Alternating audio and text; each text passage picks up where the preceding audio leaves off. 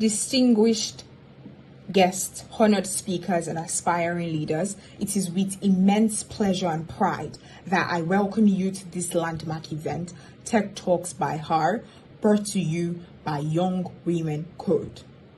As the founder of this dynamic organization, I am thrilled to see so many bright minds gathered here today, united by a common goal to celebrate and inspire women in leadership, particularly within the tech industry.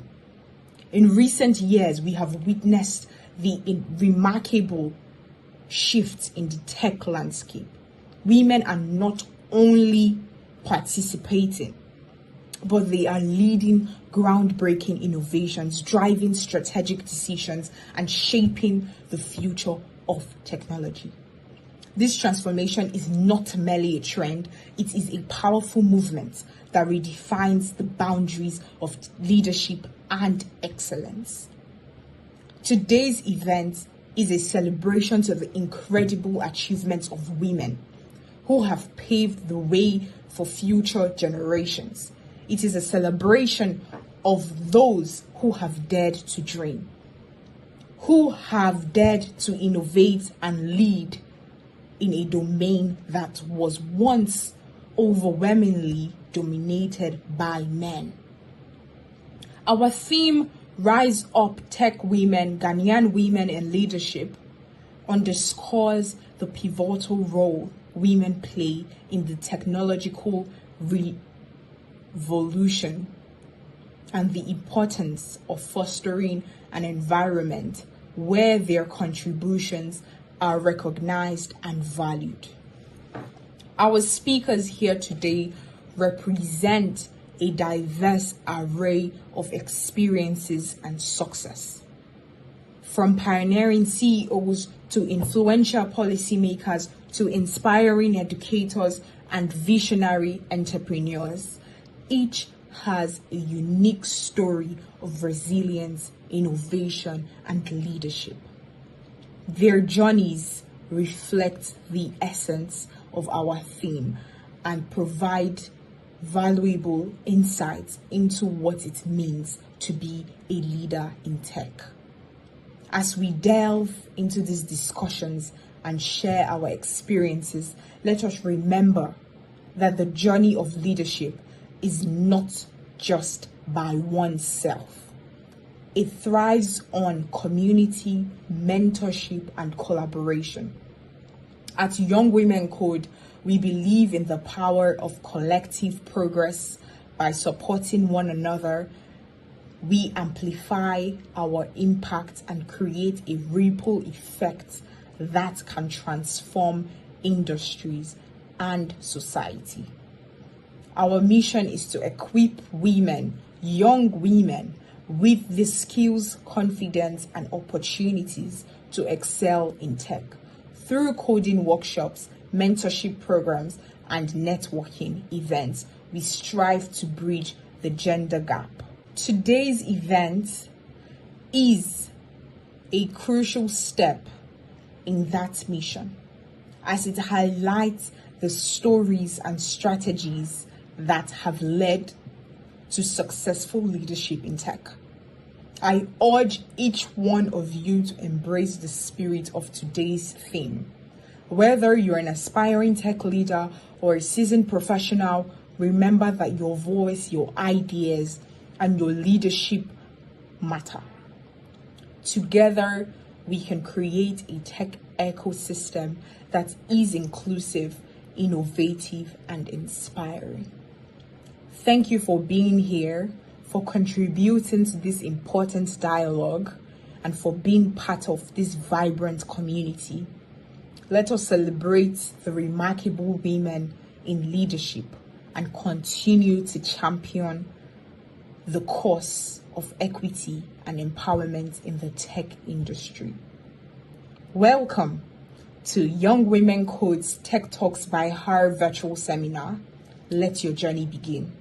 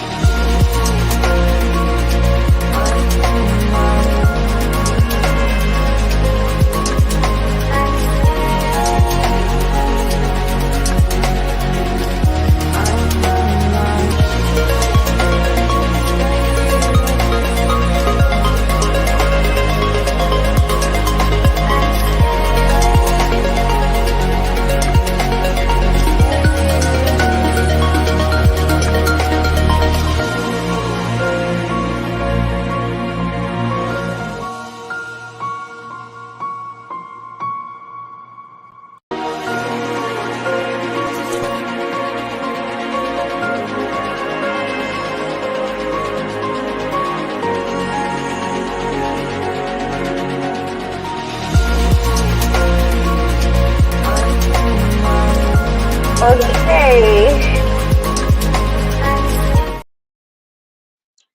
Okay, thank you very much, Debbie Ann, for those insightful words. Good evening, everyone, and you're welcome to Tech Talks by Hair Ghana edition.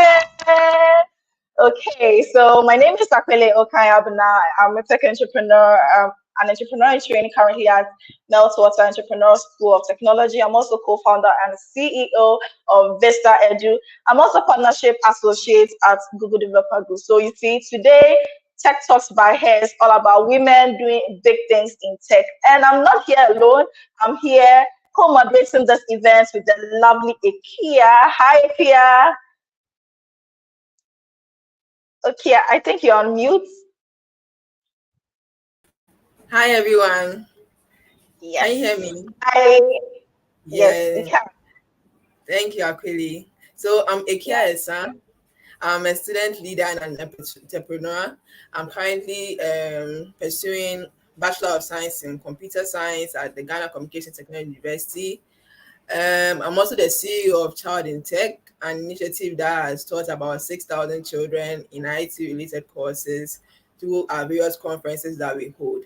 I've had the honor of being recognized as the Young IT Star of the Year by the National Communication Awards in 2023 and a top 10 participant in our Oasis of the Future program. I'm excited to be part of this event and to help inspire more women in tech. Wow. Thank you very much, Akia, for that awesome introduction. So I am excited for today's event because today I get to share my experience. I get to share the experiences of women doing amazing things in the tech space here in Ghana. And I'm sure you're also excited about today. So share your excitement in the comment section using the emojis and words to express your enthusiasm. Come on, let's do that in the comment section. And also don't forget to use our event hashtags Tech Talks by Hair and Rise Up Tech Women to share that you are attending this event on all the social media platforms that you are conversant on, whether it's on Twitter, whether it's on Instagram, LinkedIn. Let's make some noise and let the world know about this amazing gathering of Ghanaian women in the tech space. I want to see you in the comment section. Yay! I see Ajoa, I see Rima. Wow, the excitement is contagious. Ekia, or don't you think so? Is so wonderful. Yeah. Okay, so I'll let my co-moderator Ekia introduce our team speakers for tonight. All right. So let's introduce our esteemed speakers for tonight. Each of these women have a remarkable story to tell and an invaluable insight to share. Our first speaker is Winifred Cotton.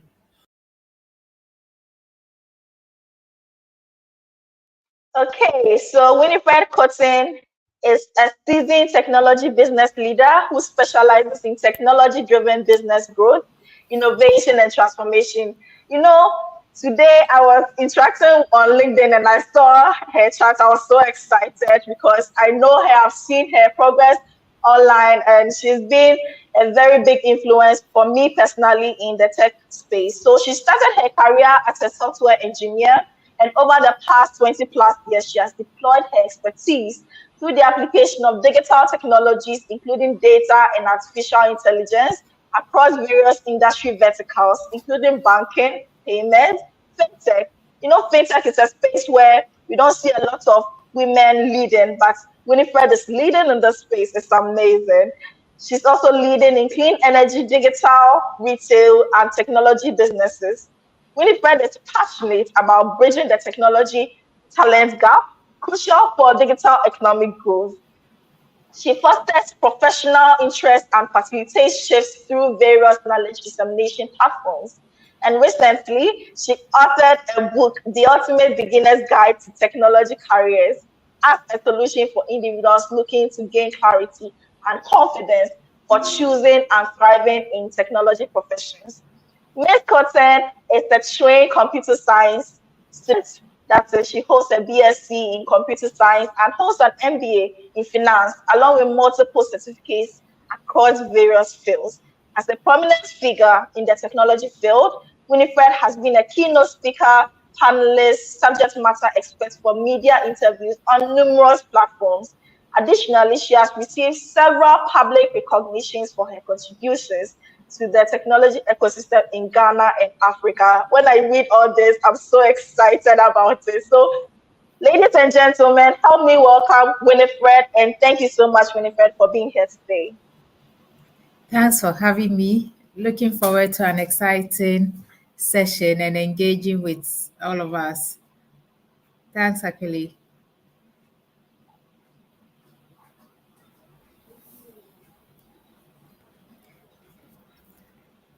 All right, so next we have Elohor Thomas, an impact-driven tech entrepreneur. She is currently the CEO and co-founder at Colin.com, a startup that supports innovative companies to hire and pay African-based programmers. She has been actively involved in the tech and startup ecosystem for over a decade, assisting software engineers and early-stage startups in different capacities. Welcome, Elohor. Thank you for joining us today. Hi, everyone. Thank you. It's a privilege to be here today. I'm really excited about the topic we are discussing. Thank you. Thank you, too.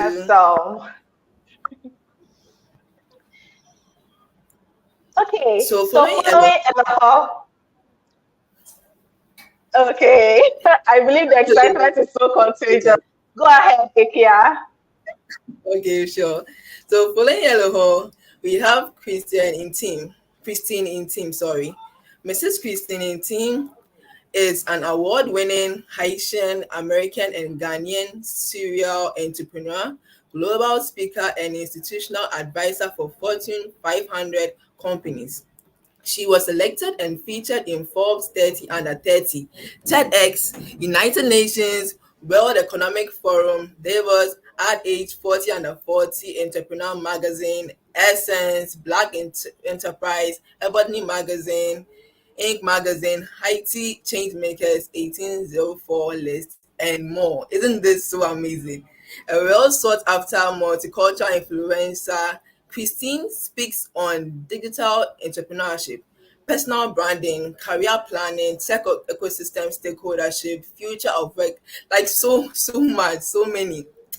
And also after a successful career in banking and non-profit development, Christine started her tech career as the founder of Vendidi, currently a case study at Harvard Business School, which is a social enterprise connecting tourists to street markets via a central digital database and policy report tracking. Today, she is a CEO of Global Startup Ecosystem, that's GSE, a tech recruitment company that is home to the world's first digital talent career accelerator platform and the fastest growing network of tech summit programs in emerging markets.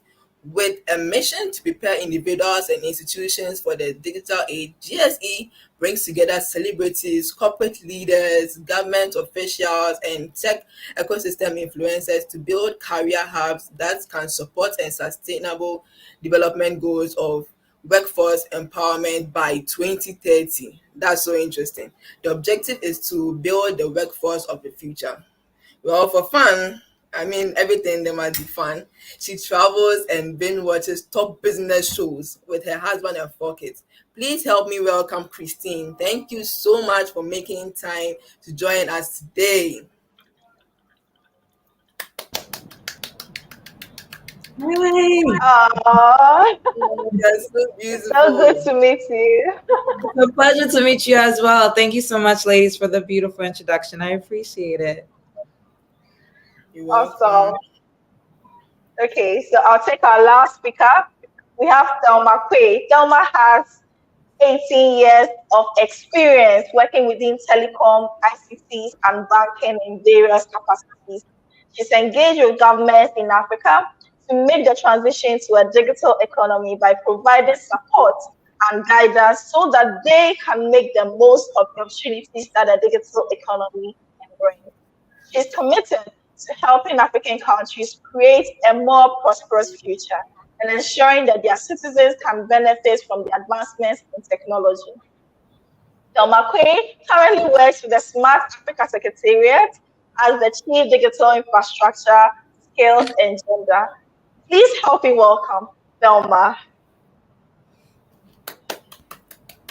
Thelma, thank you so much for making time to join us today. I believe you can hear me. Thank you. Awesome. Yes, I can hear you. Thank you. Thank you for having me. And thank you. Good evening to all your listeners. Good evening to you too. Thank you to all our speakers for joining us today. We can't wait to hear about your journeys and insights in the world of tech. Your journeys in tech and leadership are testaments to the resilience, innovation, and leadership qualities that define Ghanaian women in the tech industry. Remember, everyone, to keep sharing your excitement and thoughts using our event hashtag. I mentioned it earlier, hashtag tech event by her, hashtag RiseUp Tech Women, Tech Talks by her, sorry. Let's keep sharing our excitement on social media. Okay, I see the excitement in the comment section. Yeah. It's on fire. It's on fire. Everybody is so hyped up for the event. Yeah. Awesome. So without further ado, it's an honor to introduce our first speaker. A journey through the tech landscape is nothing short of awe-inspiring, a testament to her dedication and achievements in the industry. Let's hear how our speakers have navigated their careers and the unique challenges and opportunities they've encountered. Please give a warm welcome to Winifred Cotton as she steps up to share her remarkable journey with us. Winifred, Ooh. can you hear me? Hi, Winifred, Akele. the stage is yours. Hi. Yes, thanks so much for having me. And it's indeed been a very exciting journey for me because I started quite young. I started when I was a teenager, and I didn't have this kind of opportunity to see a lot of other people in tech, let alone to find women as we have it today. So I'm particularly excited when I have opportunities such as these because I know they would go a long way to inspire and increase the number of women in the tech space. So my journey to tech started when I was about 15 years old when I saw a computer aided chemistry experiment for the first time. And I automatically just fell in love with the process of software engineering because it was the first time I was seeing the computer. But more importantly, I was intrigued by the problem solving capacity a computer could have. And I knew that this was exactly what I wanted to do with the rest of my life. So, fast forward, I went on computer science degree after my secondary school education, and then I ventured into software engineering because that's exactly what I wanted to do, building solutions that ensured or empowered people to do a lot more work, increase productivity, create new opportunities for value, and to enhance the quality of life. So my journey in the space when it comes to industry work or corporate work started off in banking. My first job was in the banking arena. But prior to that, whilst I was still a student in the university, I started working as an intern software engineer and also part-time software engineer for other smaller entities that were looking for a website to be developed. And that also provided a lot of opportunities to learn. As we transformed into digitization in Ghana, I found myself leading a lot of innovative product development in the digital space, and then also rising to lead digital transformation in the organizations I worked in.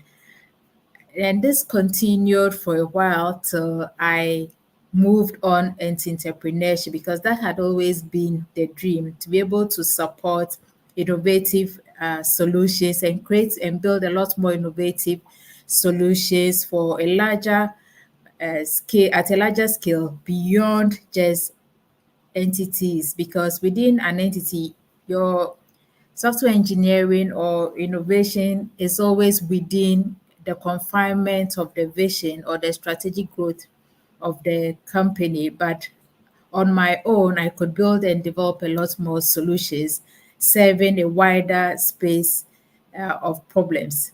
So that was why and how I transitioned into entrepreneurship and into consulting. And it's been a very exciting journey because it's allowed me to increase and enhance my capabilities as a problem solver. I like to describe myself as an innovative problem solver using technology as my main enabler for achieving results. And the passion I've had has led me to explore all sorts of technology. So my passion is not just limited to software engineering, data science, data analytics, and then artificial intelligence. Because as we continue to innovate in technology, we need to be able to use them to solve specific problems we encounter as pioneers in this space. Because in Africa, a lot of the time we would have original problems. I like to put them that way because what we solve for are unique to our space, unique to our business environments, unique to our needs as a country or as a continent. So I like to say that we have indigenous problems and we need to create indigenous innovative solutions, not copying and then reproducing here. It doesn't necessarily work for us. So it's been a very exciting journey, and I'm on to my second business now, which is around helping businesses situate themselves properly in the digital economy as digital revolution happens by creating digital transformation strategies, adapting the necessary solutions, be it artificial intelligence driven or data driven solutions, and building capacity, especially for the personnel or for talent. Because as the shifts are happening in technology, one of the key questions we keep hearing everyone ask is what's going to happen to jobs? We need to have a lot more people in the tech arena so that we can continue to support the various innovative services that are required and the brains that are required to deliver them. So, in a nutshell, that has been my 20 plus years journey in tech, and I'm really excited and looking forward to sharing more as we continue the conversations. Thank you, Winifred, for sharing your inspiring journey. Now, let's hear from another remarkable woman who has made her mark in the tech industry. Please share a round of applause in the comment section as we welcome Elahor Thomas to share her tech journey with us. Thank you.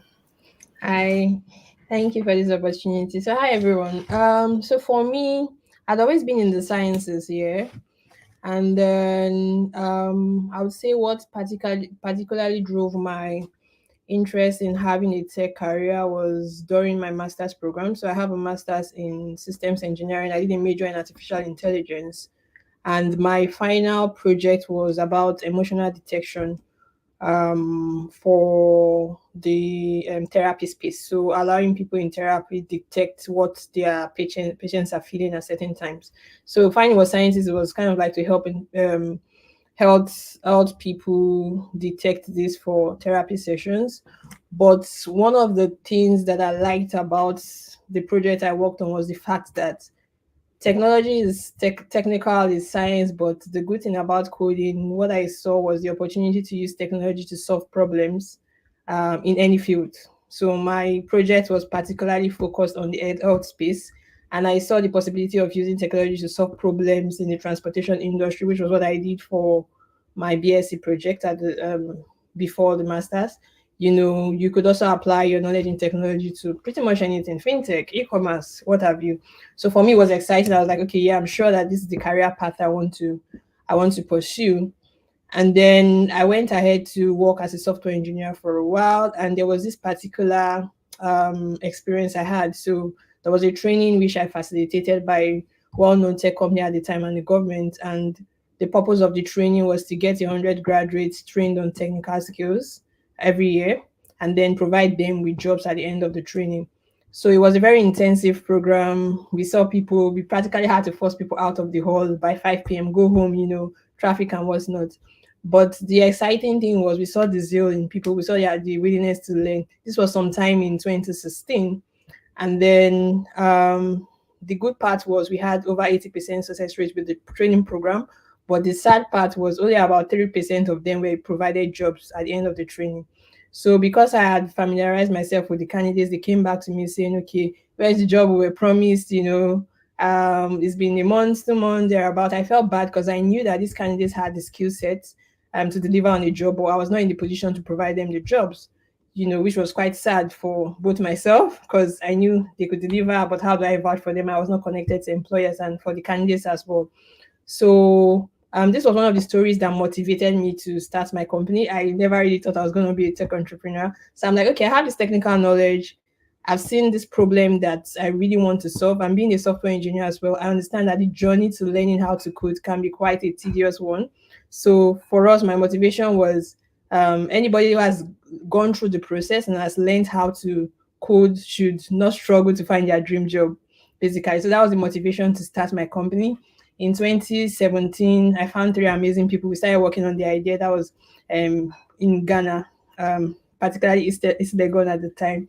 So they became my co-founders, and then we built what the company is right now, which is Codelink. So what Codelink is a tech platform that helps connect African software engineers, product designers, product managers to jobs. So we like to say jobs without borders. So it could be jobs in your country, jobs outside of your country, jobs on the continent, wherever you choose, wherever your area of interest might be. Right. So it has been a very interesting journey. If you're counting with me, this should be about 6 years going. We scaled across multiple markets, which is quite interesting. And then as a female founder, of course, I have faced my own fair challenges or biases, so to say.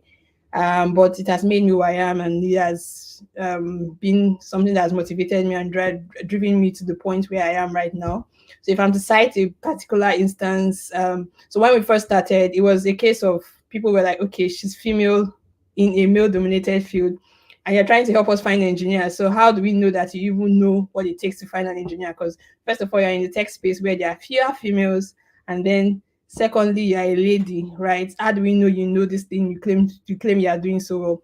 So at the initial phase, we had to do some projects for free just to show value, right? And build integrity, and then it got a bit easier. So there was a particular instance where I went with my male staff. It was just me and himself for a meeting, very interesting one at the bank, and then when we got in, it was on suits. Of course, we techies, we know how to dress casual, business casual. So we got into the meeting, and then it was all respect to us, and they thought it was the boss, handshakes and everything. And then when it was time for introductions, it was like, okay, I'll now introduce our CEO, and then I stood up. So I could see the shock in their faces, and then they probably felt bad because they had not recognized me how I could have been recognized. And then I went into a presentation. But while I was doing the presentation, what I saw was their faces started changing, in the sense that they were beginning to see that, okay, this person could actually have some form of value they could share.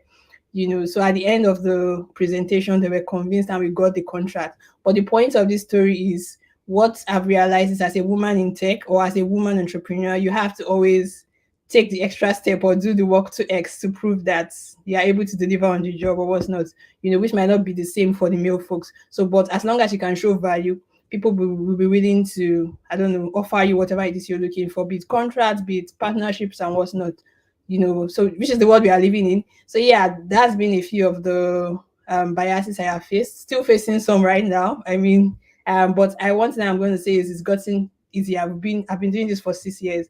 The challenges I faced 6 years ago are not the same as the challenges I'm facing now. So if you're out there looking to be a female entrepreneur, don't give up, keep pushing. Things are definitely getting better. Yeah, thank you. Wow, such an inspiring journey. So what I got right now from what you just shared is show value. It's not just about a pretty face, show value. And that is what will keep people on their toes. I found your story very funny. How was it seeing the shock on their faces and then knowing that, I know what I'm doing here. How was it? How was that feeling? I was used to seeing those things. So when it happened, I was like, no worries. It was not the first time, to be honest. This was just one particular story where it was lots of people, and these were like elderly people. So they were shocked, they were surprised. But at the end of the presentation, they kind of gave me some form of respect because I had already shared my value. Yeah. So it was a good one. Awesome. Thank you very much for that inspiring journey that you shared with us. So now let's hear from Christine in team. Christine, if you can hear me, the stage is yours. I think you're on mute. Hello. Can everyone hear me okay? Okay. So thank you so much, first off, for this invitation. Really glad to be here. And to be honest, I think, I want to go a little bit beyond just sharing my journey, and just wanted to share like 3 quick tips for women who are trying to break into tech. Because I think right now, when I think about this program, this platform that you ladies created, I really hope that, this is an opportunity for young women to not only be inspired by what you guys have done here today, but also be excited to really take a leap of faith and really jump into the tech space now that more women are needed. So I'm trying to share my slides. I'm not sure if it's possible to share my screen. If it could come on the screen really quickly, please. Thank you so much. But essentially, I recognize also that, when it comes to get into the tech space, there's so much that happens when it comes to, statistics and information to really tell women that, you're not going to be cut out for this industry. And I'm here to tell you that, just like we are gathered here on this call to really make an impact and really share our journeys and stories, we're not the only stories that you need to hear. Even you on this call, many of you, if we have like, a Q&A session and a chat, all of us can have a story of like innovation and opportunity where we want to break into tech, right? And so I want to share with you guys 3 quick tips to hopefully motivate you to know that, look, any challenge that you're facing in the tech space, keep pushing forward, because you just never know what opportunity, what experience, what project is going to take you to the next level of your career. So the first tip I want to share with you, especially as a woman of God, someone who's Christian and very spiritually led, take a leap of faith and have more belief in yourself. I know when it comes to women, we talk about this a lot, that a lot of times we're just, so easily discouraged. A lot of times some people talk about how women lack confidence. I love the energy of the moderators coming onto this session. I mean, did you see the energy? I mean, that is confidence. That confidence is so priceless. And that confidence comes with some type of faith, some type of belief in yourself and your capacity and what you get to bring to the table. Don't ever allow someone to dictate to you what is your potential, because a lot of times people will give you advice based on their failures, based on what they could not have done, and they will tell you what your capacity is. Take a leap of faith and go for it. And I'm telling this from experience. When I first was working in the banking sector, I didn't know anybody in Dubai. I'd never been in that country before. I quit my job, moved to Dubai with nothing but literally my book bag and 2 luggages, moved to the country, and I just moved by faith. I knew that I had a calling. I knew I was really passionate about technology. I didn't even know how to code at that time, but I took a leap of faith and I launched my first company. Within 2 years, I not only made the Forbes list, but I also scaled this company around the world. I do not think if I didn't take a leap of faith and really make that bold move to leave my job and take that chance, even if I hit rock bottom, because keep in mind, bold choices come with high risk, right? I took that leap of faith. I said, like, I know in myself, I will figure this out. It might be a hard road. It might be a long road, but there will be a road that I will take and I will get to my final destination. I had faith in myself. And I'm urging many of you ladies, have more faith. Even if you don't have faith in your parents, your family, your country, your community, the world, have faith in yourself that you will find the path that you need to get to the next stage. The next thing I want to say, and tip number 2, please, by all things that is good and holy, leverage your voice. Too many ladies keep quiet. They go to events, because I speak at countless events. They come to the events, they're shy, they're quiet, they're in the back, they're on the side, they don't say anything. Please Let people know you are in the building. You want to walk into rooms and people to feel your energy. And I'm not saying you have to be loud, you have to be outspoken. I am saying let your energy, let your vibe, let your spirit moves the rooms that you walk into. Leverage your voice and speak, because you do not know who is the audience that's going to hear your story, hear your journey, hear your thought leadership, and want to move mountains with you. Because closed mouths do not get fed. So if you do not ask, if you do not pitch, if you do not open up your mouth and express yourself and say, here's where I am in the journey, here's what I need, here's what I could do, no one's going to come and save you. Only you can save yourself. So you got to start by leveraging your voice. And one of the biggest secrets I will tell you as a shortcut to success, try to speak and get in front of audiences as much as possible. When I launched my first company, all of a sudden I was featured on global stages around the world. I was featured in media outlets around the world. I was meeting celebrities, working with governments, working with billionaires.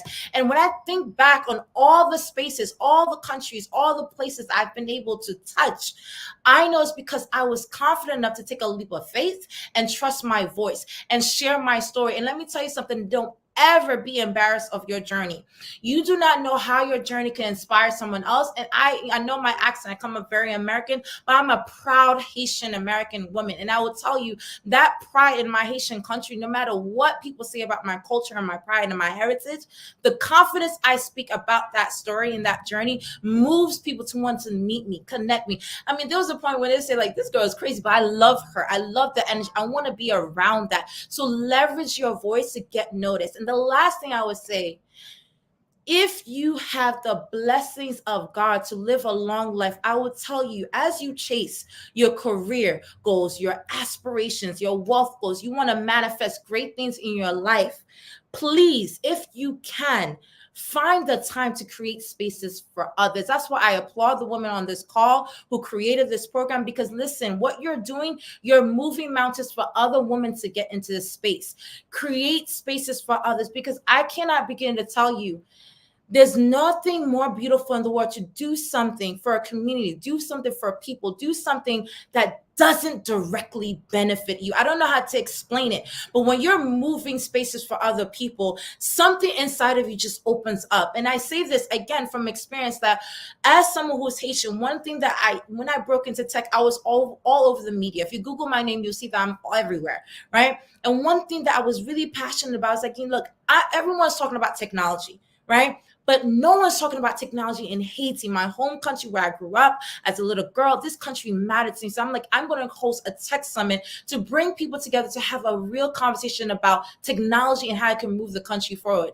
Let me tell you something. Everyone told me, don't do it. It won't work. Haiti is corrupt. Haiti has this. Like, when I tell you, they told me baggage of things that wouldn't work, but I knew it would have served the people. Did you know within that first summit, I not only reached 83 million people around the world who were so inspired to see hundreds of people around the world fly into this country to this summit, but I inspired people to have a new conversation about technology and how technology can accelerate a nation. And then I continued that knowledge. Many of you know that I'm also the co-founder of Ghana Tech Summit. This is me pregnant on stage. When I tell you, when I talk about create spaces for others, I was tired, right? I got my baby on the way. I'm ready to drop him, but I'm on stage and I'm inspiring people about technology and God. And you keep going to the point that I started expanding this conversation, creating these tech spaces for people across the African continent to what we know today as the global startup ecosystem. Create spaces for others. You won't regret it. And when you get to the top, and this is the last message I will say and close before we transition, when you get to high levels of success in your life, don't ever forget what matters most. Because a lot of times I tell young girls, you could accomplish everything in the world, but you could lose your soul in the process. The most important thing that matters to me is my family.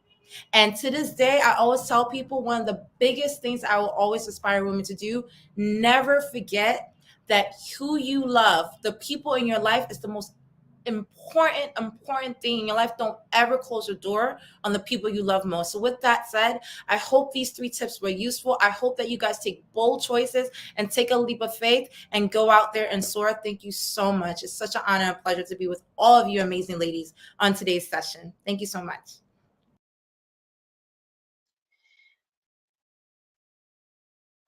Wow, such a powerful conversation. Thank you very much, Christine.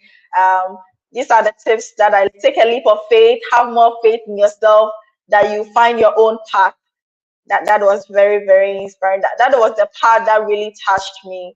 Yeah, let people know you are in the building. You know, when people see me at tech events, I'm always laughing heartily and all that. By all means, leverage your voice. Thank you very much for that, Christine. She also said, get in front of audience as much as possible. Don't ever be ashamed of where you come from. And finally, create spaces for others. That was very inspiring. Thank you very much, Christine. Now let's hear from Thelma. Thelma, can you please join me on the virtual stage? Yes, I'm right here. Can you hear me? Yes, we can hear you. Okay. Go ahead. So I love Christine's energy, and I'm inspired. Now, my story is 19 years. It's going to take a long time for me to share. So I'll summarize it in 2 lessons. And the first is you need to be competent as a woman. As you know, my training is in engineering, electrical engineering. And as a woman in the male-dominated field 15 years ago, I had to be competent. I did not have any option. Most of the time, I was the only female around, and you had to prove yourself twice as much. And I believe my other panelists have said it, so I will not belabor the point. But the point is that as we because some things that I've noted is because there are a lot of discussions about women empowerment, I've come across a few women who also have a sort of a victim mentality. And I'm here to tell you that intelligence has no gender. And because intelligence has no gender, you are able and well able to be as competent as the next man, right? So you need to invest in yourself, invest your time in learning, honing your skills, honing your competence area, and making sure that you are respected or you are known to understand what you're doing. So that's the first one. Now, as I went through my career, because I started as a telecom engineer, and then I rose through the ranks to be the chief technical officer for Airtel Ghana, I realized that competence was not enough. The higher you go, you realize that it's not just about the hard skill, but also the soft skills. And so I needed also to learn the soft skills. And just like Christine said, you need to put yourself out there. You need to stretch your boundaries. You need to build the skills. And that was one of my rudest shocks, because I realized that I needed to learn how to put myself out there. It's a learned skill. A lot of young ladies do not know that. It's a learned skill to put yourself out there. It's a learned skill to learn how to speak, to learn how to present yourself. So put in that effort, ladies. Put in that effort. You can make it as well. The second point I'd like to make is that the only barrier to your own progress is yourself. Nobody can stop you if you don't allow the people. I recall when I started out, at a point, maybe 5 years into my career, I was promoted to be a manager. I was the only female. I was the youngest. I had the least experience, but I was still the manager over 20 people. And you can imagine the kind of pushbacks that I had, the kind of stories that came out, because I was the female who was taken out to be the lead. But I was very, very focused, right? I did not want to fail. For me, failure is not part of my diction. And so if I had to be successful, I had to focus. And I made sure that whatever people said, yes, they've said it, but is it true? It was up to me to prove that it's true or not. I didn't even have to prove anything to them, but my work would show for itself. My outcomes would show for itself. And so all through my 19 years, I've made sure that I am not a barrier to my progress. For instance, another story, when I left Airtel about 5 years ago, I set up a company for cybersecurity consulting. I was looking for market. I wasn't finding market in Ghana. So I decided, why not? I'm going to go to Rwanda to find business. right? All by myself.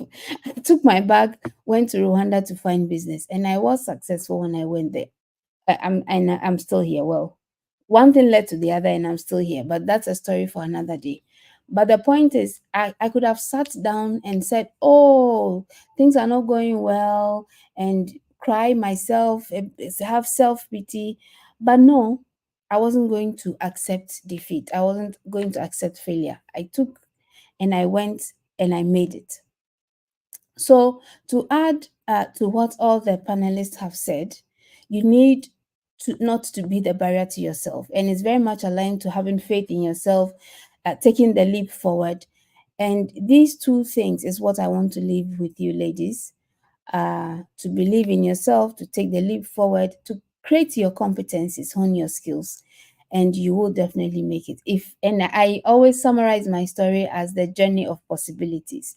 If I have been able to make it, you can also make it. Thank you, and over to you, moderator. Thank you. Wow, wow, wow. Thank you so much, Thelma. What I got from your story was that you need to be confident as a woman, don't have a victim mentality, and you are your own barrier. I hope you guys are taking notes because these are very insightful informations. And thank you to all our speakers for sharing your journeys as well. Your stories highlight the diverse parts and the resilience needed to rise up as leaders in tech.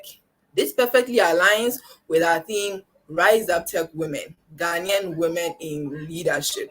It's evident that through perseverance, innovation, and leadership, women are making significant strides in the tech industry. I'm so, so happy for this. Aquila, do you have something to say?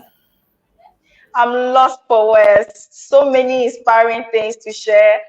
The journey of positivity by Thelma is so amazing. And I believe you here too are also inspired. Don't forget to share your excitement on social media, on all social media, Tech Talks by Her. Share with the hashtags Tech by Her and share with the hashtags investing in women. Okay, so moving on, we're going to have our panel session, and I learned, Christine, you would be going very soon. So I'm going to tailor the questions to you so that you could answer yours quickly. So the panel session, we are going to be asking questions to hear about your journeys more and insights from you as you have shared your journeys.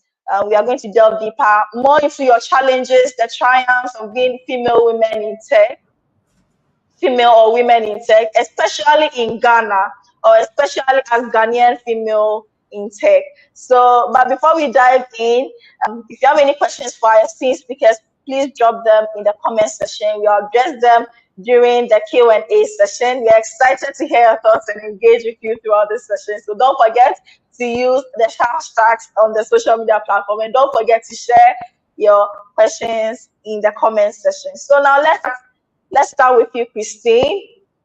Are you excited? Yes, I am. So can you share your journey from your early career? You didn't really talk about your journey. You gave us tips, but can you just share with us right from I think I saw you highlighted on Forbes. I saw you highlighted on so many international magazines. Where did this zealous Christine come from? We want to know how you were able to navigate all the challenges to be who you are right now. Yeah, so great question. So the journey really started once I quit my job and really just relocated to a new country and went to Dubai. And all I did, I mean, I didn't give you the backstory of how I got into tech, but because I didn't know anything about technology, I just started attending a bunch of events. And one thing that a lot of people know, when I first relocated to Dubai, I went and volunteered at close to like 200 plus events in a couple of months, right? So I was at the registration table, I was helping with backstage. And by volunteering at so many different tech events, I knew all the speakers, all the founders, all the investors, all the partners. So by the time I was ready to just pilot launch my company, I knew everyone. right? Because I invested into the community. And the thing is, I never asked for money for transport, right? I didn't ask for money to be there. Like I was so passionate about giving back and learning that it helps. So that's the first thing. And the second thing I did is I actually shouted 2 entrepreneurs that I admire the most. Like, after meeting like close to like 100 plus different powerful founders and CEOs in the tech space, 2 of them really resonated with me. And I just went up to them, like, yo, can I be your personal assistant? I don't need to get paid. I don't need information. I just want to follow you, be there for you. So I was really good at writing. So I wrote their emails. I was with them at the events. And when I tell you, these people were on main stages, they were doing so well successfully, but I saw them cry. I saw them get angry. I saw everything behind the scenes. So by the time when I launched, 1, I had the network because of what I did to volunteer and help people. And 2, I had the wisdom to know what it really took to be an entrepreneur in the tech space. And those 2 powerful things, when I said D-Day, I'm launching my company, it took what would have taken me probably 10 years. It took me like 30 days, right? It completely transformed my trajectory just by committing to people and committed to the ecosystem. And with that said, when I first launched my company, the next thing I would say is that I really talked a lot about it. I wrote about it in blogs. I wrote about it in socials. I didn't care how many people liked it. And right now today, too many people, we do things. And if someone doesn't like or share it, we automatically get discouraged. Look at the view count. People are watching you. Even though they're not telling you anything, they're watching, right? And you never know who in the audience is watching you. That might be the next investor, the next partner, the next stakeholder, right? So you just got to keep pushing. So that's why I did. So my first company was successful. From the success of that first company, that's when I launched GSC, because I recognized that there was a big tech space. And I will say, my best companies was ones that came out of frustration. I was so angry about the gap in the market for entrepreneurs like us, people of color. And I'm like, let me go for it. So that's what I did. Wow. I mean, I can resonate very well with you by attending events. I think that was what I was doing. I was transitioning from science to tech. I kept going to events, really getting to know people, aside them being in front, talking to us, really getting to build a relationship with them. And I like what you said about letting frustration push you. That was something that I learned from university. One of our lecturers would go like, when you're angry, learn as much as you can. So let frustration push you. I really like that about your journey. Thank you very much for sharing. I know it's not easy for people to really be pleased about something such that they even share to the deepest, emotions. That's really inspiring. So, but then tell us more into detail. What inspired you to start global startup ecosystem? I know you shared a lot about your journey, but really, why did you have to start this? What was that driving factor? Yeah, so global startup ecosystem started with a Google Doc and Facebook post. That was it. In 2015, I recognized that there was at the time, Silicon Valley was on the rise. Everyone wanted to relocate and go to Silicon Valley, but no one was talking about creating accelerator programs for entrepreneurs coming out of the Caribbean and Haiti, or coming out of Africa. And right now we take for granted that there's so many programs today, but in that time, and it's such a short time ago, there wasn't programs. And there wasn't programs that were virtual, because I recognize that not everyone has money to go stay somewhere for 3 months to learn how to build a business. That luxury, we got our bills, we got problems, we got things that we have to do, right? A lot of young entrepreneurs, especially in Africa and the Caribbean, we have to support our families. We have to do a lot of work behind the scenes. And so I just literally put a Google Doc and say, I'm going to teach 100 entrepreneurs how to build a company, like how I learned how to build a company from scratch with limited resources. I just posted the Google Doc on my Facebook page. I kid you not, I just put it there, just thinking maybe 10 people or 15 people, or maybe at most 20 people will join. And again, giving back. I just wanted to do it as a give back. Again, all it was a Google Doc post on Facebook. The next day I had 600 plus applications. And these applications were coming from Nigeria, from Ghana, from Japan, from Brazil, from all over the world, of entrepreneurs who are literally, we don't have a program here. Can you help us? We don't have a program here. Can you help us? And so I launched the first cohort with 500 companies. Then I did a next one with another 1,000. And then since then, GSC has been expanding like crazy. And let me tell you this, I'm one of the few Black female founders. A lot of this space is dominated by white men. Okay. I am one of the, to this day, the only female that has the largest network for accelerator program across emerging markets. That still to this day, people are still trying to figure out my blueprint. And I'm saying it's passion. You don't have the blueprint because you don't care about Africa. You don't care about the Caribbean. So you will never be able to succeed in these markets. I do. So I figure things out. Like, just know how to leverage WhatsApp. You as a brony, you won't know how to leverage WhatsApp because you don't think like us. Right. So that's the reason why frustration and passion for fixing the problem for your community, it makes you think creatively about how to do things to serve them well. That's how it happened. A Facebook post and a Google Doc. That's how GSC came to be. Hopefully you guys can hear me okay. Yes, we can. A Facebook post, a Google document. Of course, we heard you. We heard you, and I personally love how you are using your voice and sharing. You are sharing on authority that you have the largest female. Like that. That is badass. Yeah, thank you very much for sharing. So let's move to you, Thelma. Ekia, would you handle questions for Thelma? Yes, sure. So, Thelma, throughout your career, what have been some most impactful moments or projects that you've been involved in, especially in the context of digital infrastructure development and capacity building in Africa?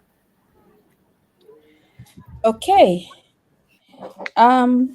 So throughout my career, as I said, I started as a telecom engineer. I started with MTN. That was in 2005, and MTN wasn't as big as this.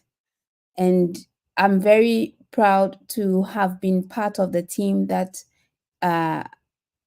put sites or gave access to very remote places in Ghana. So that's one. Then I progressed to Zain, and I was there when Zain also started from scratch. And again, it's one of my moments of pride for bringing access to people in Ghana. As you may know, the more people are, and it's statistically proven, by the way, the more people are connected to the internet, the higher the GDP of the country, but also you alleviate people from from poverty. So these are some of the things. But also, currently, I feel like I'm living my dream in terms of impact because I get to work across Africa, right? Across all the countries in Africa, supporting government in their digital transformation. What this means is that my contribution is impacting people even poorer than I had imagined. So, for instance, in 2019, I was part of creating a roadmap or a strategy for doubling internet penetration in Africa, for instance. And currently, we have not doubled, but then we have increased about a margin of 30%. And this is through some of the initiatives that I had proposed or worked together through something we call the Smart Africa Broadband Strategy 2025. Again, at the moment, within my portfolio, I also work on women empowerment. And I'm so privileged to meet all sorts of women who are, high up there, and then the farmer woman. And through projects that I'm able to do, I'm able to bring to these farmers mentorship, financial inclusion, cheap phones, for instance, affordable internet. And when you see the smile on their faces, it's so heartwarming. And that is what gives me so much joy, to bring these people out of poverty. And that's something that I'm currently doing through my role where I oversee digital infrastructure. And digital infrastructure is basically making internet affordable. So if you look at the African landscape, majority of us are still not connected. Only about 40% or 30% or so of Africa is connected. The rest that are not connected is not because they don't have the infrastructure or the coverage. is because they cannot afford it. Majority of that rest cannot afford it.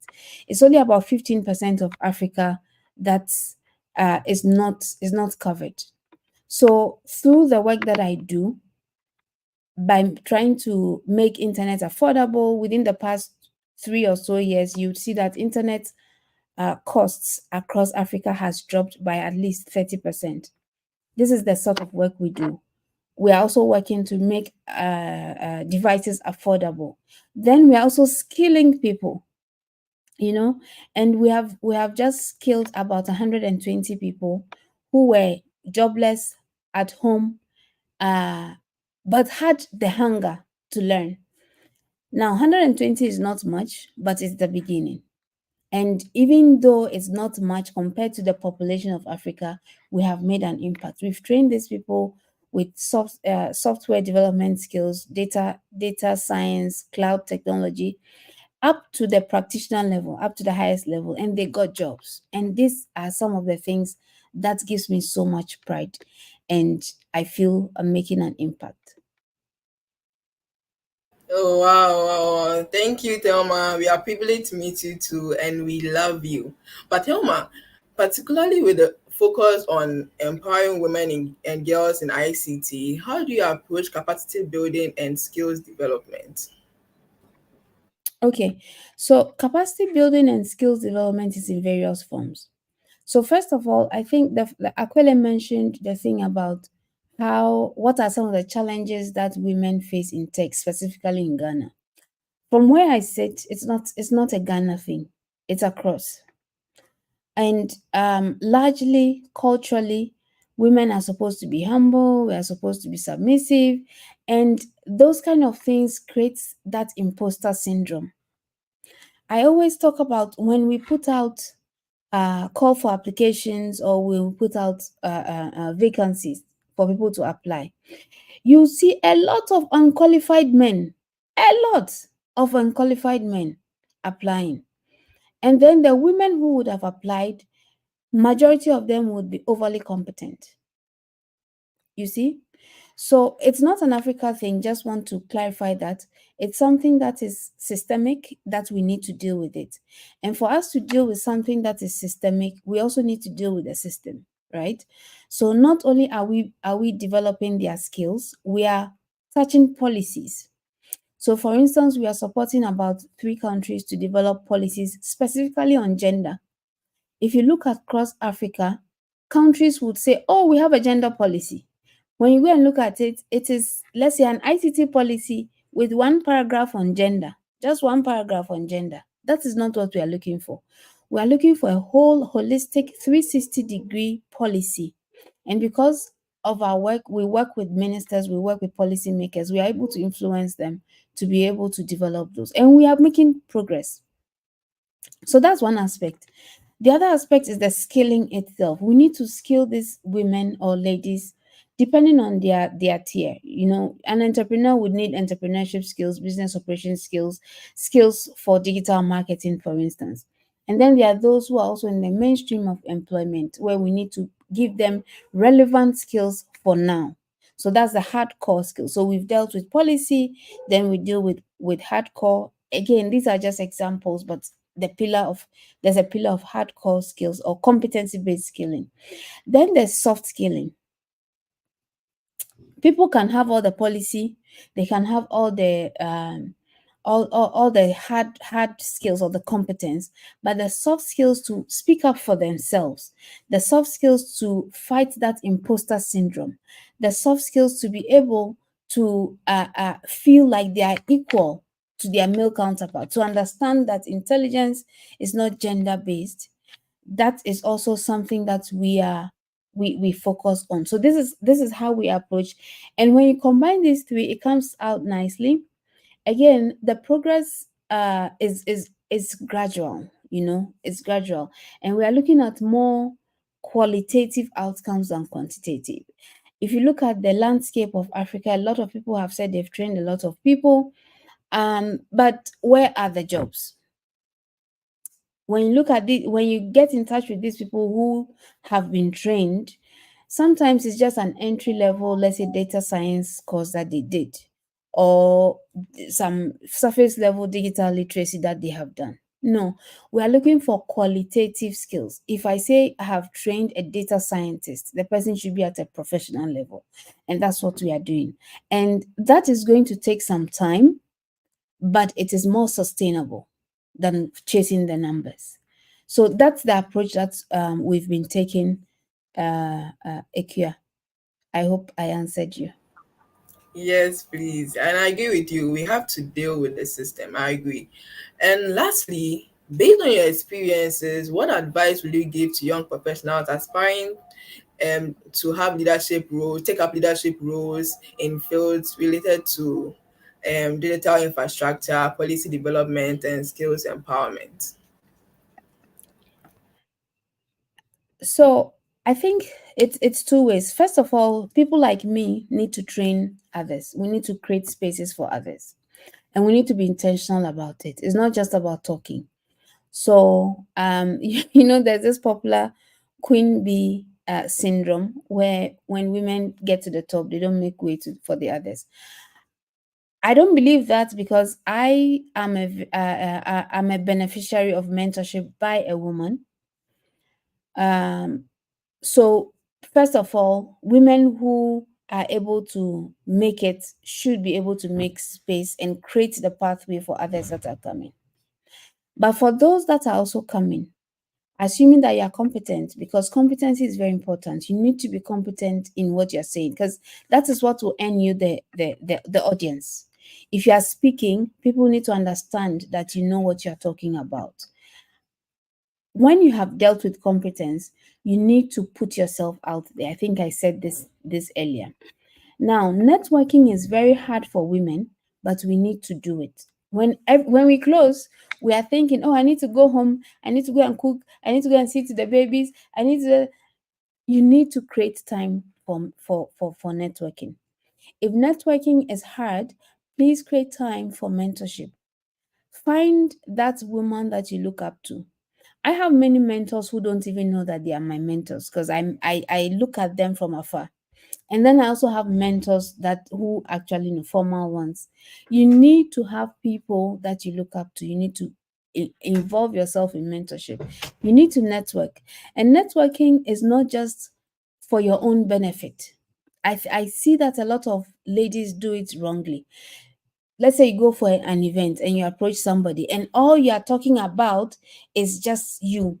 It's just what you want. You need to network with the person, so that the person has in mind that the next time I need this, okay, Aquila is into this and this and this. The next time I need this, I can call her. Then you are top of mind. You need to leave that in the mind of the person, that you are also resourceful. And that's how you become top of mind. And that's how you build your network. Over to you. Oh my God, I'm learning so much. I feel my head is even going to explode. There's so much information I'm getting here. And I'm sure you guys are also learning a lot. I hope you're writing notes as well. So thank you so much, Delma. I think we are moving on to Eloho. When Akuli, will you take that? Yes, of course, I'm going to take that. Thank you very much, Thelma. You've really touched deeper into the problem, which is women not really putting themselves out there. There was this application at GDG Accra that we put out there just recently for call for speakers, and we put it out there in the Women Technical group and the GDG Accra group, and you realize that almost all, in fact, just one lady applied. So putting yourself out there, like Thomas said, it's a skill that we have to learn. It's a learned skill. So don't think that some people do it better, so you can't do it. Put yourself out there by all means possible. Awesome. So Eloho, it's a pleasure to once again speak with you on this. Sharing your journey from founding Colin in East Legon. I know exactly where you are talking about because I'm there. And I'm currently at Newco as well in West Africa. So tell us more about your motivation. You mentioned the challenges. People couldn't really understand how a woman can be so resourceful in such a competitive male setup space like tech. How we're able to navigate the challenges that you face along the way? What were some of them? Even if you already mentioned some, but can you just share into detail what were some of them and how you were able to navigate those challenges? Mm-hmm. Yeah, so um I mean, I would say the first thing is that the expectation has to be there. We shouldn't deceive women and tell them it's all rosy out there, and like just put your foot forward. And I mean, like Thelma mentioned, and Christine as well, there's also always this imposter syndrome, and we see it a lot in females that are trying to venture into tech. It's coding is for guys, I can't do it, and all of the excuses. But when you look at it, it's just a form of timid. They are just being timid, right? It's a form of they need some form of motivation. But what you need to understand is that sometimes you have to actually motivate yourself to do these things. And even another thing we need to do as maybe stakeholders, so to say, is also to let them know what's happening out there, right? So that you don't go with high expectations, and then when you meet all of these biases or challenges, you're like, oh no, nobody told me about this. So yes, there are biases because you are female, and if you're in the tech sector, if you're just being an entrepreneur, you will definitely experience biases. They've been there for the past decade. It's getting a little bit better now because, like Thelma said, there are lots of policies around gender gender gap and whatnot. But the key thing is the first thing that helped me was the fact that I was aware that these things were here. So I, in a way, kind of lowered my expectations. And then this, what helped me as well was because I had mentors, right? Like Thelma mentioned. So I had mentors that were able to guide me on how to treat certain issues or certain situations when they come my way, or things like that, which helps me navigate through the process.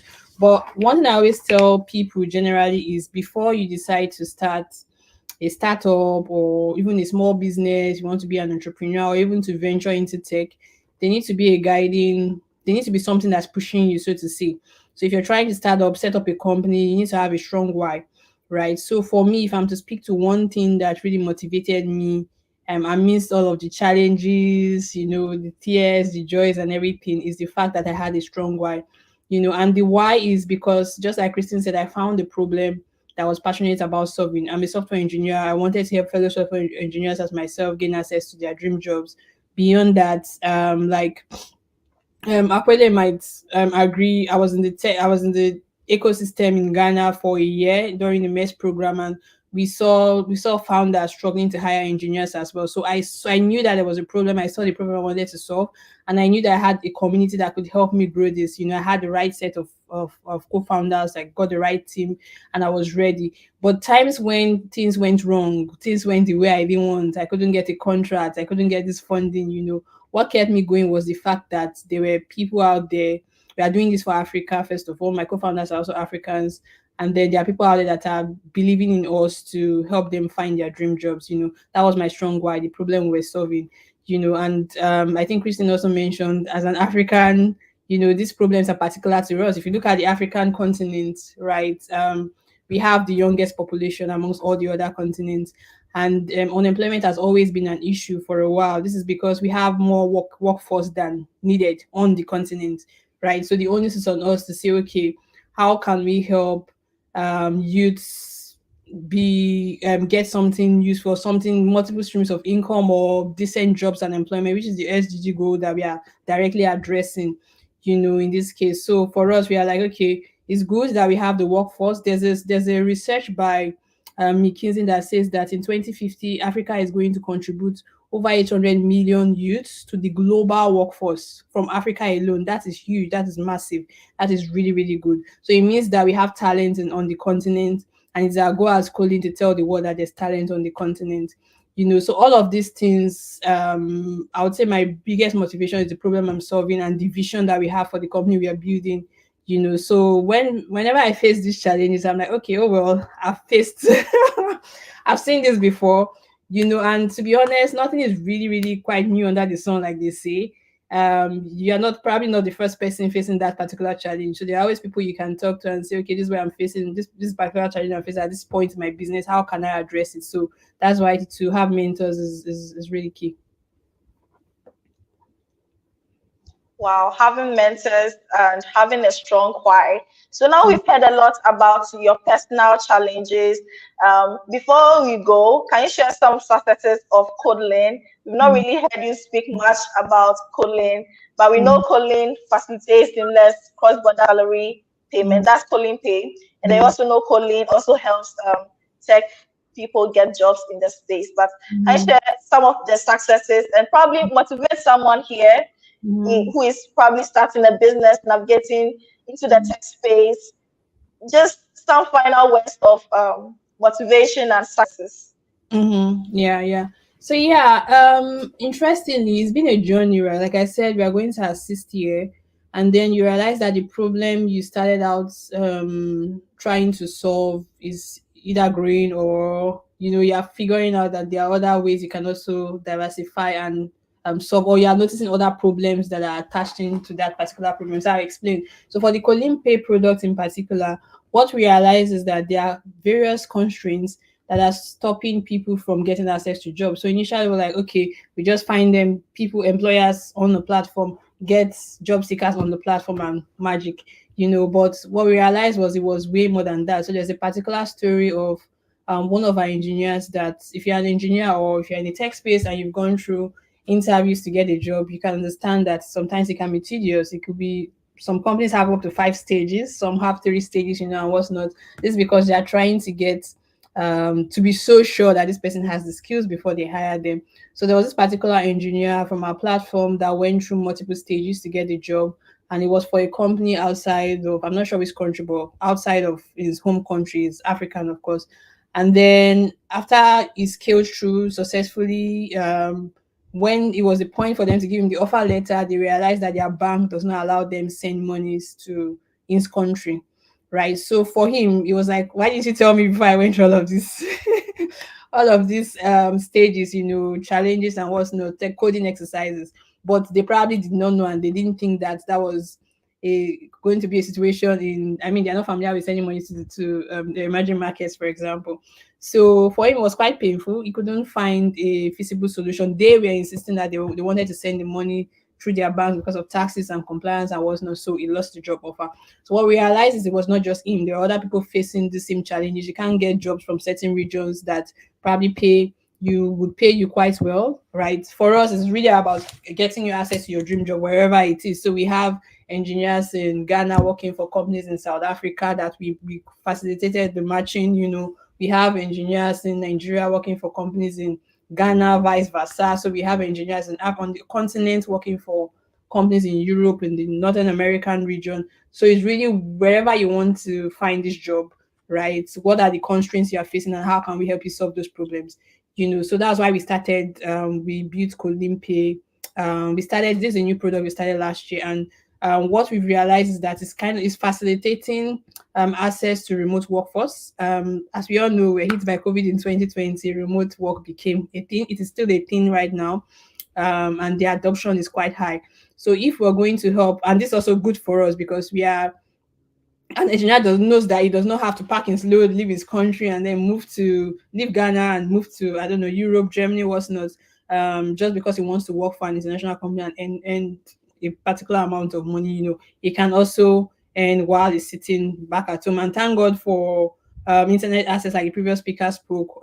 There's a research that says that over 43%, the internet has improved over 43% as of last year, which is good. So there's access to the internet. Now we have Starlink in Ghana, we have Starlink in neighboring regions, I think Nigeria and Kenya as well, which is very exciting. This is super fast internet at an affordable price for some folks, right? Which is still good, it's still progress. So we are making a lot of progress around that, which is quite exciting, and it's making the journey easier for us because we are really trying to facilitate access to all of this. So a couple of things we've done a lot of events in the past. One particular I want to mention is we were part of the people that facilitated Goldman Sachs coming into Ghana 2 years in a row. They came to get interns, people that were about to graduate, and then they came with that was before COVID. They came with over 20 people. They did interviews. It was so exciting. And then a good number of the candidates got jobs with an internship with Goldman Sachs. They flew them all the way, they did their 6 months program. Some of them got full employment, So that's one of the success stories we've had in the market. We've also done hackathon with Cloudinary. Cloudinary is a San Francisco based company. We did this in what's the name of this school? I forgot it, but we did it for like 3 days. It was very exciting. 3 days, no sleep. Engineers were coding and whatnot, and then they got to win prizes. We've done a lot of exciting program. We also did with Ghana Tech Hub. So it was a hackathon. People built products, and then they were giving 10K USD to go and found the company. This was really exciting because we had another step ahead. It was not just come win money, no, it was come get money to found your business, and they were incubated under the Ghana Tech Hub. So those are some of the exciting successes we've had on the market, and we are still working to do more with ecosystem partners. So if you're out there looking to start something, I think most of the speakers have said it, or avoid imposter syndrome, embrace leadership position. You see this opportunity, go for it, apply for it. Before you even turn down, you don't know. Guys are doing it. They are applying for opportunities that they do not even, like, they are not a match. So don't be shy about it. Go apply for it. Go to the interviews with all the confidence you have. Find an area of interest, find a strong why, and get a mentor. Very, very key. Find an area of interest, have a strong why, and get a mentor. Awesome. Thank you very much, Elohor, for this. I believe you, our audience, are also excited about this. Kindly share on the socials as well. Share. If you have questions, you can put them in the comment section as we wrap up this this particular session. So Ekia will take our final guest speaker, and then we'll wrap up.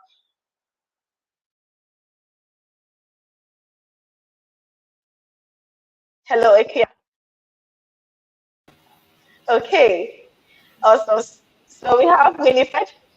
Winifred is so excited always to hear from you. So tell us about your can I be heard? Can everyone hear me, please? Winifred, Yeah, can you hear me? Yes, I can hear you. Okay, awesome. So we've heard a lot about leadership. We've heard a lot about putting ourselves out there as women. So now I ask you, who has been your biggest inspiration in your career, and how has this influenced your approach to leadership and innovation? Can you repeat the question again? I didn't hear the first thing you said. Yes, so I want to find out personally, who has been your biggest inspiration in this tech career, and how has this influenced your approach to leadership and innovation? That's quite interesting. To be honest, myself, I would say myself, I've been my biggest inspiration because there are several factors to that. There's one thing I just want to get a bit off topic. So in my book, The Ultimate Beginner's Guide to Tech Careers, there's a chapter I call "You Are a Genius." Lean into it. Okay, and that's very key for me, especially because the other speakers mentioned imposter syndrome. Usually, sometimes we look external to ourselves to find inspiration. But one of the key things I've discovered is that as I continue to discover people, connect with people, and get to know people, I am impressed and amazed at how remarkable each one of us is. Amazingly remarkable. So even if you look at the speakers we've had, you realize that we are all very different. We do quite different things in the tech space, and the differences are internal to us.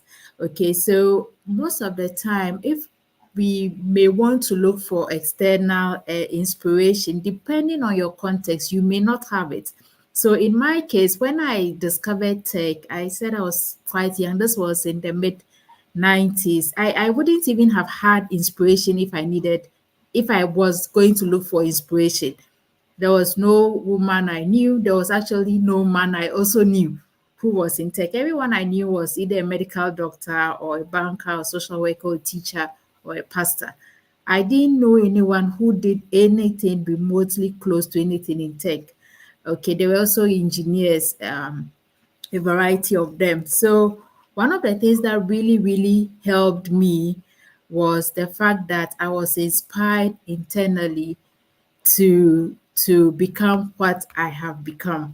Okay, and for me, the biggest asset I would say I have is being true to my gifts, which is intrinsically in problem solving. So I really love to diagnose problems, solve for it, and I like to see solutions that are working efficiently uh, and on time. So this inspiration has led me to become very innovative, and I'm able to overcome several hurdles that I have encountered over the years in my journey. And that's the same energy and spirit I bring to all the environments I have worked in. So you realize that there's nothing specific to what I do or in a specific field. So software engineering, data science, artificial intelligence across different industries, be it clean energy, payments, fintech, banking, technology companies. Uh, right now, I do a lot of work around impact related, development related work. And these are, for me, fundamentally still the same thing, innovative problem solving with technology.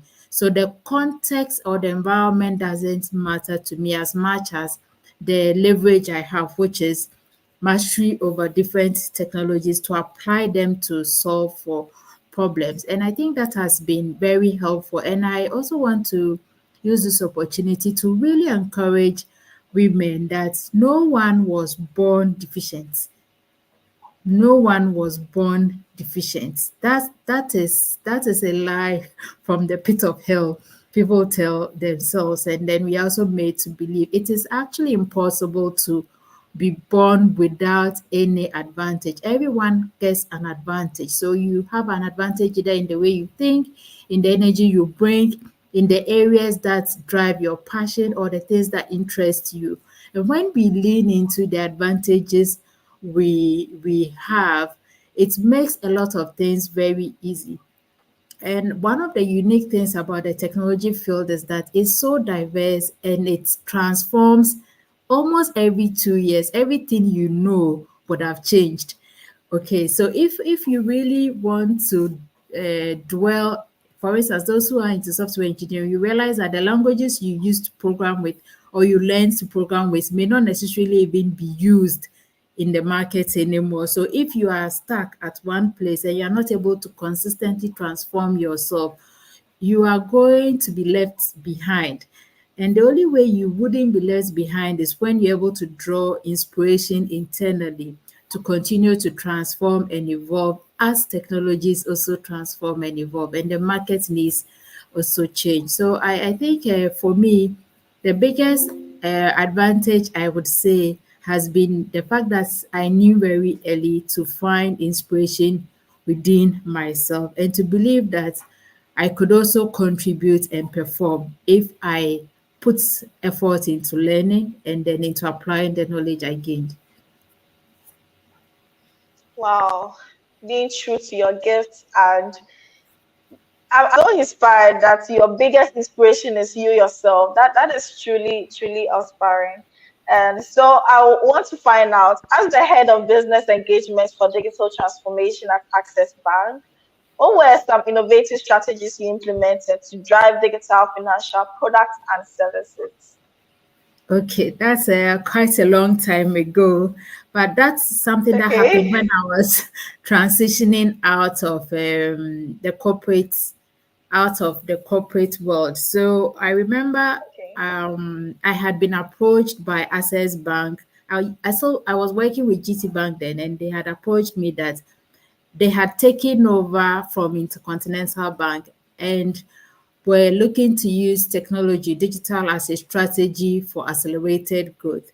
Okay, and needed someone to champion the process. So championing it meant product development, innovating, capacity building for teams, building products that the markets needed, their customer base needed, and then also leveraging partnerships to achieve successes where they didn't want to actually build those enterprise products themselves.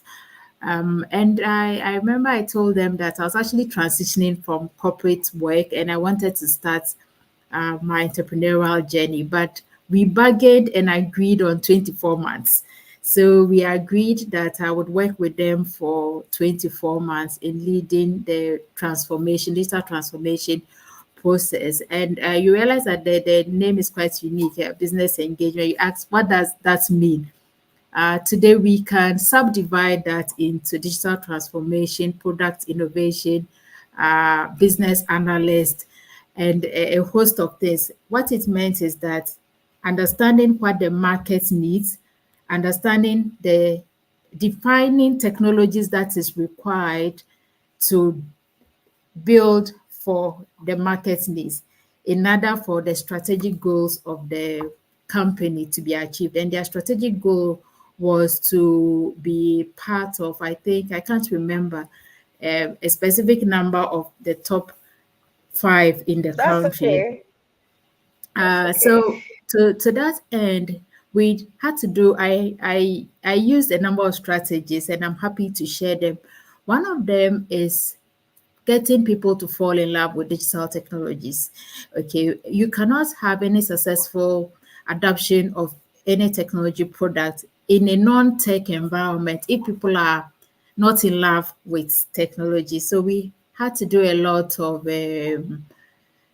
capacity building to demystify technology for internal team and then also for our customers. That was one of the steps. Then next was to do a lot of understanding the business needs of various customers we have. So usually for institutions like banks, their customers are in tiers. So they have corporate or enterprise clients at the top. They have a smaller commercial, they usually call them commercial banking. So that's more of the SME, smaller business tier. And then you also have the micro level businesses. So if you conduct a research, you'll be able to understand the various needs of the various enterprises and businesses they serve. And then we come to the retail customers. So the retail customers will be the individuals like ourselves. And for us, our needs are quite simple. Like we need internet banking, USSD to do what? Payments, transfers, check the balances. Those are quite easy to understand because that's users also just like yourself. But when it comes to enterprises, you have some large enterprises like oil marketing companies, you have big accounting firms, you have the likes of Coca-Cola and really giant enterprises. So how can you observe, understand their needs? That involves a lot of spending time, leveraging your soft skills.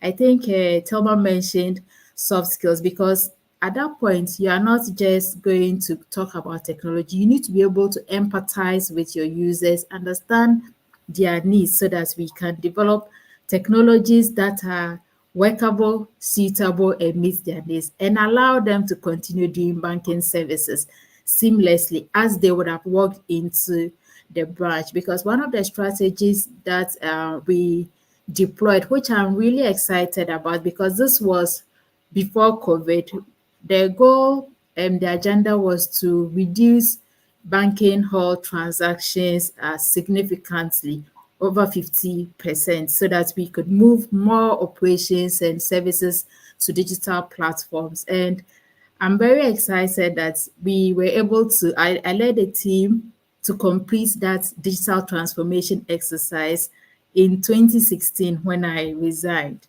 And then COVID happened in 2020. So when COVID happened in 2020 and some institutions were struggling to serve their customers, we had solved for that problem over 4 years back. And that's the kind of things that give me a lot of joy to see how technology can still allow us to do so much in the midst of a variety of constraints. And fast forward to the work I do now, I still do a lot of digital transformation, digital innovation related work, and it's industry agnostic. So we have clients who are in East Africa, we have clients in Ghana, we have clients in Nigeria, and they are all at various stages of their digital growth, where they need consultants and experts who can look at their vision, who can look at their market and understand the kind of digital transformation they need to implement so that they can remain alive. That's the first and foremost thing, and then continue to do business and make income and sustain their employees. It's always it's always amazing the kind of perspective women bring to business. And I'm so inspired by all the wonderful foresights you had. Even before COVID, you had implemented these strategies that were working. That is so amazing. So finally, we want to find out more. Tell us more about Eagle Innovations, and then if you have any advice for young women in Ghana who aspire to take on leadership roles in the tech industry, what would you tell them? Okay, so Eagle Innovations is, I would say, my one of my most recent babies. What we do is that we support leaders achieve accelerated growth driven by technology. And this is very critical for us because of the advancements of technology, the digital revolution that is ongoing. So all businesses are going to be affected, whether you are ready or not. You are going to either die or move into the new digital era. So everything is being affected by AI. For instance, we realize that everything is powered by AI. We now have AI assistants in almost every app you are using, whether you're on LinkedIn or you're typing something in Google or on any of the Microsoft Office. What does that mean? It means the way we do work, productivity, for instance, is changing. The way value is created is also changing. The products we used to innovate before, now we have infusion of artificial intelligence that is accelerating innovation, accelerating how um, outcomes are provided. For instance, generative AI means that if you were a writer, a technical writer. Now AI can do a lot of technical writing.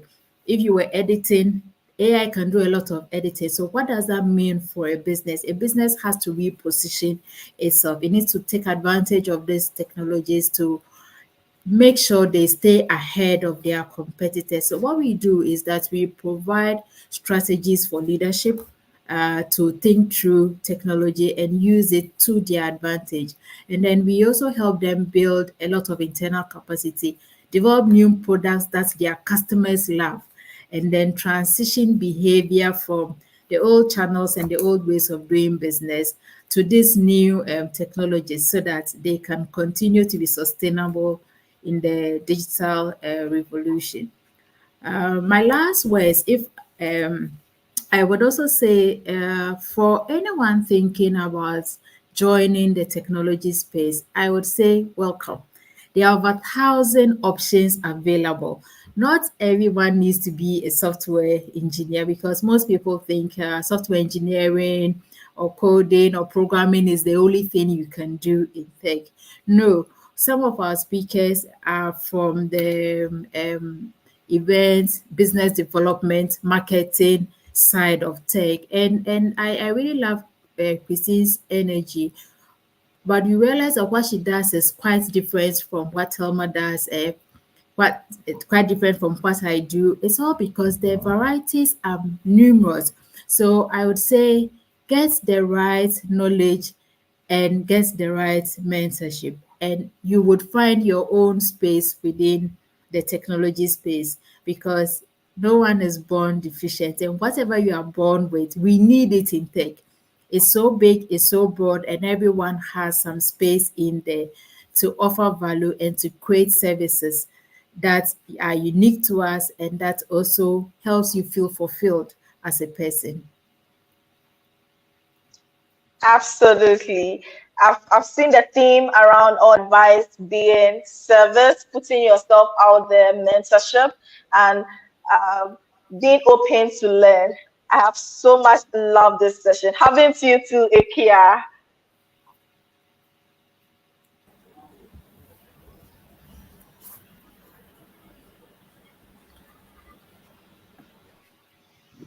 Hello, Ikia. Yeah, hi. Sorry.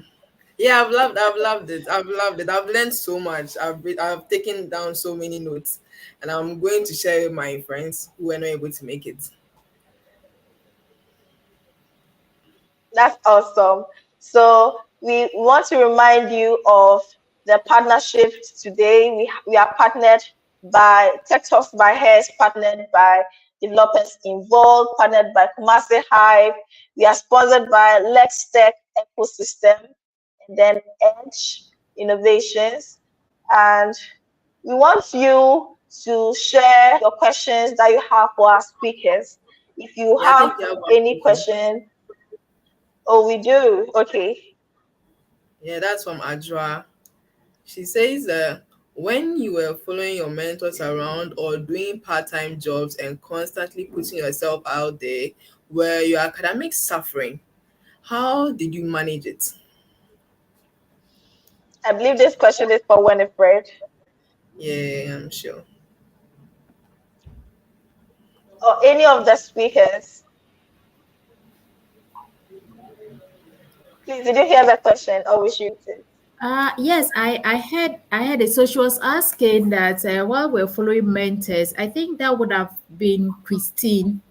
Christine mentioned she had Okay. to shadow people for a while um, to be able to find her to develop her business. But I don't know if Christine is here. But if she's not in, I would be able to take it. Yes, please Okay. do. Okay, so when it comes to internship and then whilst working, I also did a couple of internships whilst I was still working, and I strongly encourage that because academics is a bit removed from reality on the ground. So usually, when you have opportunities to work whilst you are still in school, it gives you an added advantage. I worked almost every vacation, and I also worked whilst I was also still in school. What I did was to plan all my working times during the long vacation sessions. So anytime there's before we even go into the long vacations that I start looking for opportunities for internship. I write letters. I speak with friends. I speak with people in my network that I want to have any practical experience possible. There were some that I got which were not directly IT related, but I still enjoyed it because it gave me opportunity to learn. And another thing I would say I also did was that if you're in tertiary education, you are not fully covered from morning till evening with learning. There are some days that you may find 2 hours or 3 hours.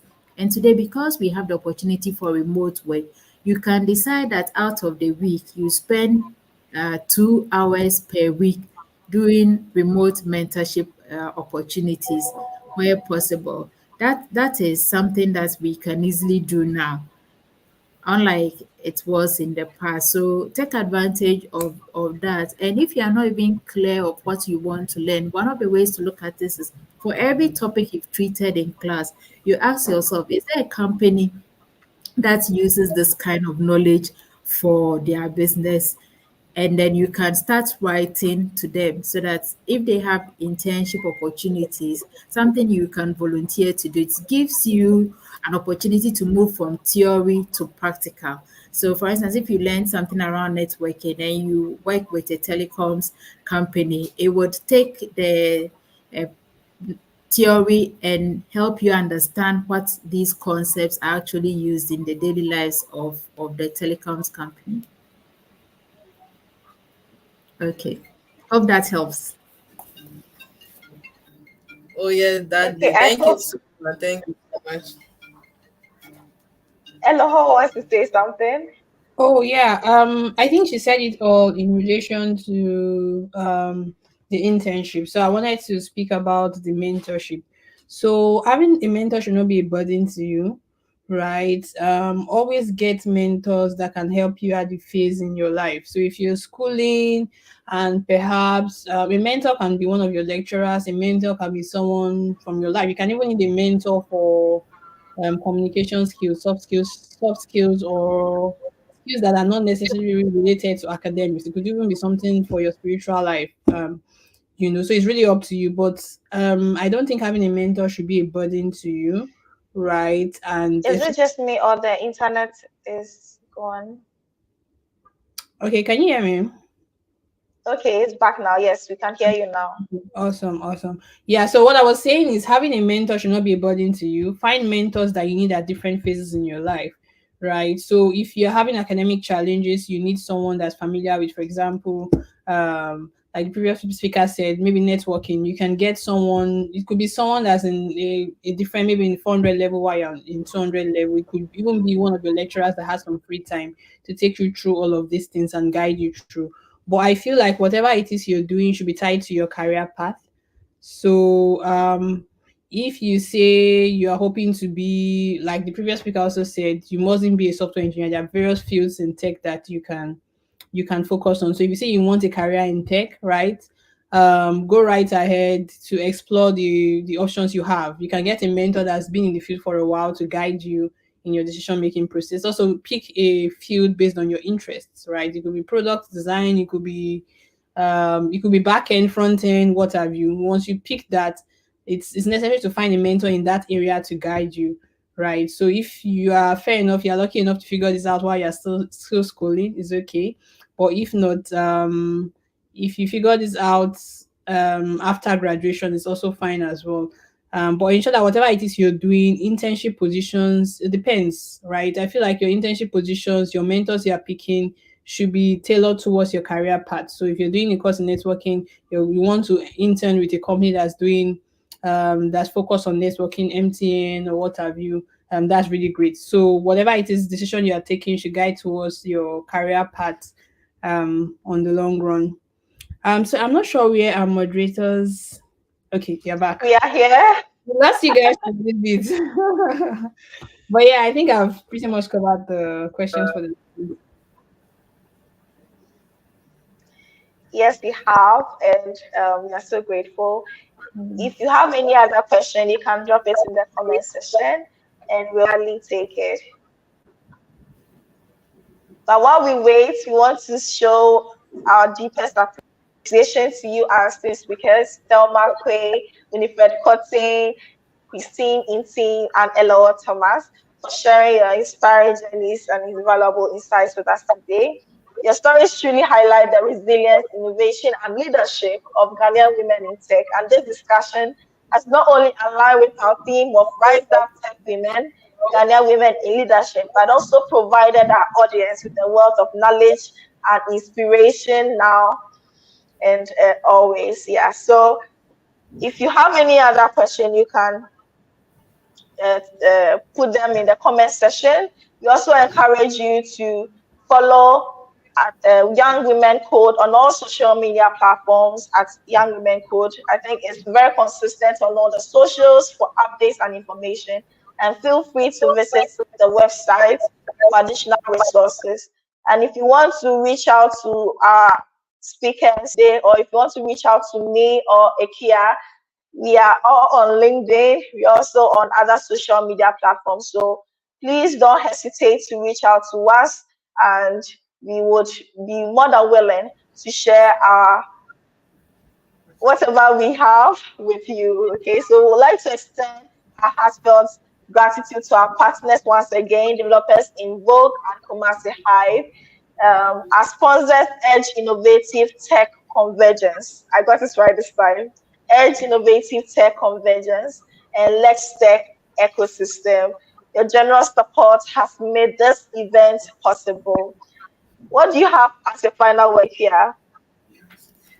Oh, I'm so inspired by our speakers, and I think there are no more questions. So in the absence of any questions, I would like to say thank you so much for participating, our listeners, for participating in this webinar. Without you, this wouldn't have been a success. So I'm so grateful. We are very grateful to you, listeners, as well. Thank you so much. Thank you, and do stay tuned for future events. We look forward to seeing you next time. Thank you, and have a wonderful evening from myself and Akia and the whole team at Young Women Code and Talk Text by Hey. Bye.